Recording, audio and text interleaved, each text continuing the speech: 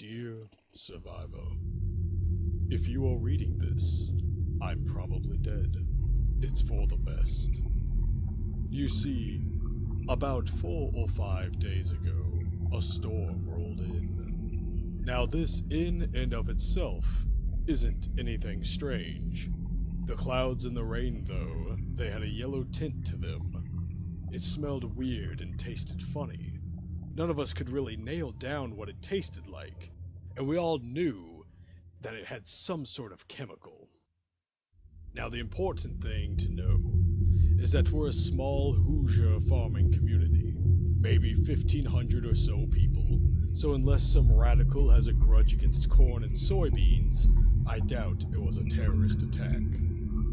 Anyway, a few hours after that weird rainstorm had started, people started getting violently sick.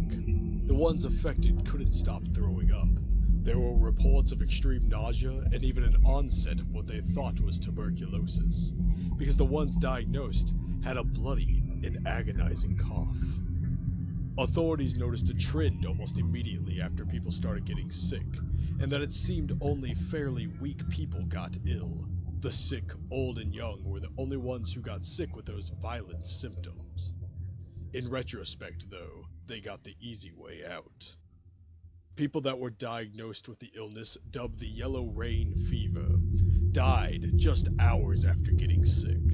Some of the victims' immune systems who were already sick just couldn't handle the increased fever and vomiting. Some were simply too weak to handle much of a sickness in the first place, like the old and the very young, and some actually died of blood loss due to the consumption-like cough.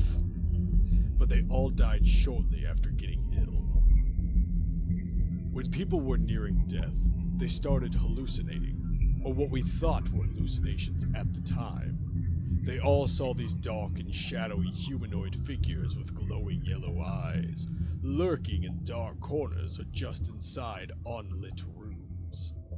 There were only 3 or 4 accounts of these figures, due to the fact that almost no one could speak in their final moments of sickness. It was enough, though. People with the same disease sharing the same hallucinations. It made almost everyone extremely paranoid, as common or shared hallucinations, they reasoned, meant a type of drug or chemical was being used. After the reports came in on these shared hallucinations, the most paranoid of our population started barricading themselves in their homes, said they were going to wait out the storm, literally and figuratively. When most of the initial victims had passed, we started seeing fairly normal people getting extremely sick. Healthy, middle-aged people getting the same symptoms, and worse. Some of the victims actually faced necrosis before their death. The second wave of people who were sick didn't even make 2 hours. It was almost the same as before. There were several reports of people seeing those black, shadowy figures with glowing yellow eyes, waiting in the corners of dark rooms. Our small town was devastated at this point. We had lost 200 or 300 people now, and I was absolutely stricken with grief when my dear wife Muriel, may God rest her soul, was diagnosed with the fever. By the time we had lost another 100 people and the disease was announced to be contagious, we were quarantined by the CDC, and government agents were coming in to check out the town. They were decked out in their airtight radiation suits, said they were trying to find the cause of the storm. Not even an hour after the agents came in, they all evacuated. The thing is, though, there was no story about this on the news. I don't know what the CDC guys did, but apparently no one was able to contact the media. There was a mention of a flu epidemic in our town, and that was it. My friend Mark came over to the house almost immediately after the report on the news had aired. "A flu epidemic," he yelled, absolutely enraged. "We've lost almost 500 people to this bastardized mix of symptoms from tuberculosis and food poisoning, and they're claiming it is the flu." I tried to get him to calm down, but he wouldn't have it. He said he was going to go and get out of town to try and contact the news. Something, anything but stay here waiting to die.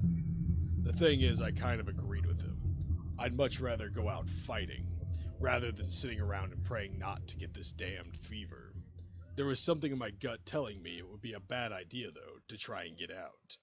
I told Mark that I was going to stay here for the time being. He said fine, that if I wanted to die as a passive waste, that was my decision. So Mark left in his truck and tried to escape the quarantine. That was the last time I ever saw him alive. Things got progressively worse from there. First, the disease spread. There were reports of another 500 people infected.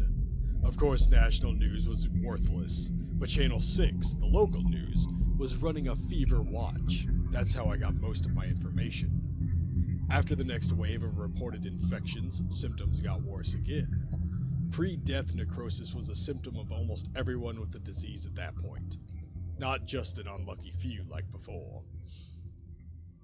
Victims also getting extremely paranoid as their illnesses progressed. Almost all of them were scared of the same thing. They are scared of the dark, and those shadowy figures with the yellow eyes creeping in the dark corners. Our whole town was in hysterics. People who had boarded up their homes early were envied. Looting and arson were widespread. Our town was a chaotic symphony of anarchy. As the disease spread, nearly 700 people had succumbed to the fever. There were some really minor details that unnerved the living hell out of me, like how the infected started saying the figures were getting closer, no longer just lurking in the black areas.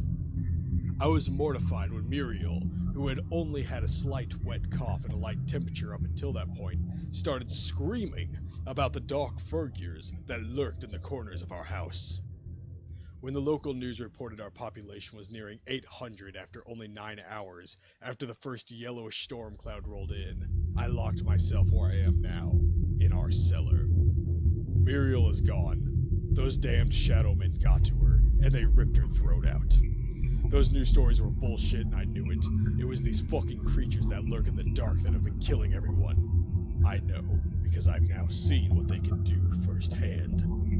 Muriel's lying upstairs in a puddle of her own blood because of those things. They're watching me now, with those hungry, greedy yellow eyes. They want me. I can see their dark desires. Their urge to feed. It's in their eyes when they stare at me. They're sitting in the corners, where the light doesn't reach, waiting for me to make one wrong move, to turn my back or to fall asleep. Well, I'll be damned if I get eaten by some godforsaken monster. They think they have me. I can hear them now. Their whispers. They've seen my bloody cough. The beast's whispers are deafening now. They know I'm growing weaker. What they don't know, however, is that I've taken a lesson from Mark. I still have the power of choice. Now, do I want to go out in defiance, or sitting waiting for the inevitable? I have to remember to pray for my dad, and thank him for leaving me this revolver. They're getting closer. I have a few minutes at most. They are closer now. At least I get to end this how I want to end it, and not how they want to.